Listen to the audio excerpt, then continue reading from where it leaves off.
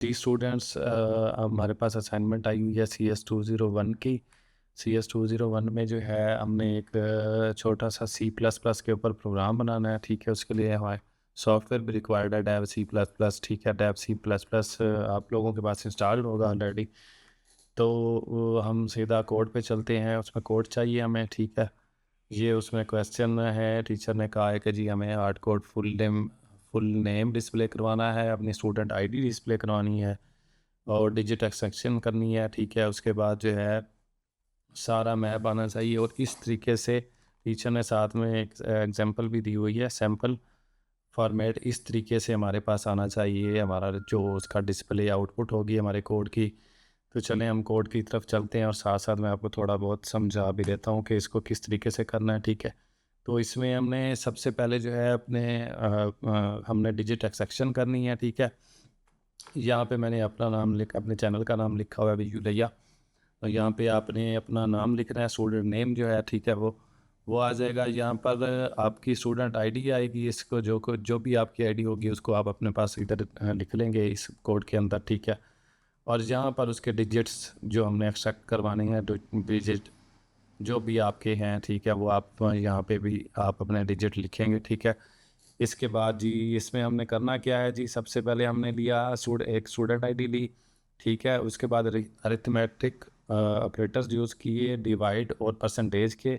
ठीक है, उसके साथ ही हमने उसमें से जो है वो ऑड पोजीशंस जो थी आईडी के अंदर यूज़ करते हुए हमने ये अरिथमेटिक ऑपरेटर्स को यूज़ करते हुए जिनमें डिवाइड और परसेंटेज है उसको यूज़ करके हमने आईडी के ऑड पोजीशन वाले digits first, third, fifth, seven, ninth अलग किए हैं। ठीक है, इसके बाद आ जाती है जी अटेंडेंस कैलकुलेशन। ठीक है, अटेंडेंस कैलकुलेशन के अंदर जो है हमने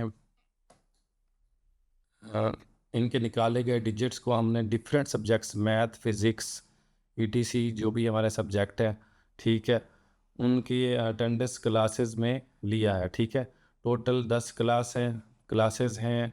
ठीक है, और फार्मूला हमने यूज़ किया है 10 मल्टीप्लाई 10 करके परसेंटेज निकाली गई है। ठीक है, जो भी फार्मूला है मतलब हमने वो जो हमने ऑड नंबर्स निकाले हैं उसको हमने 10 के साथ मल्टीप्लाई किया है सभी सब्जेक्ट्स के हिसाब से। ठीक है, फिर हमने इसमें कंडीशंस यूज़ हुई हैं जी। परसेंटेज टीचर ने कहा कि इसमें परसेंटेज जो वार्निंग्स हमारी शो होनी चाहिए, यानी कि जो आपके हिसाब से कंडीशंस हैं हमने वो सेट की हैं 75% पे। 75% या उससे ज़्यादा का हो तो उसमें क्लियर आए वार्निंग। ठीक है, कंडीशन शो होनी चाहिए। 50% से 74% तक हमने वार्निंग वाला मैसेज शो करवाया, डिस्प्ले करवाया।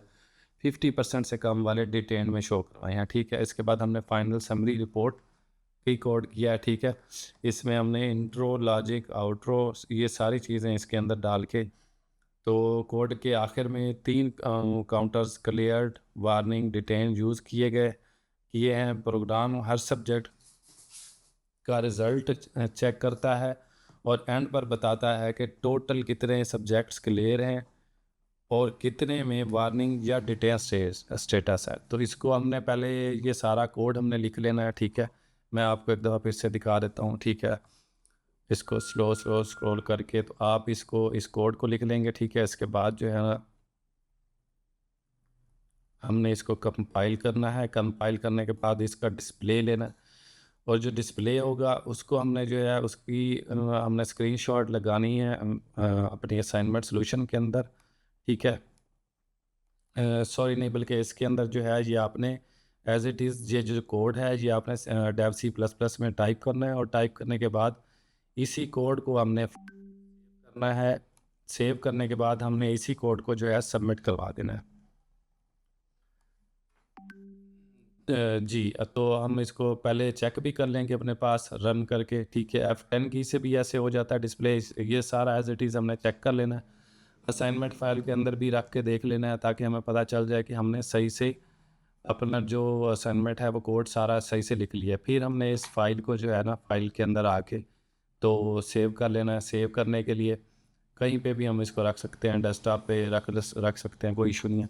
यहाँ पे आपने असाइनमेंट नंबर या ऐसा कुछ नहीं लिखना, जहाँ पे आप अपनी जो भी आपकी आईडी है वो एज इट इज़ आप आईडी लिख के इसको सेव कर देंगे। ठीक है, ये डॉट CPP फाइल में आपके पास डेस्कटॉप में सेव हो जाएगी और उसी फाइल को हमने जो है सबमिट करवा देना है अपना। जी ठीक है, अल्लाह हाफिज़।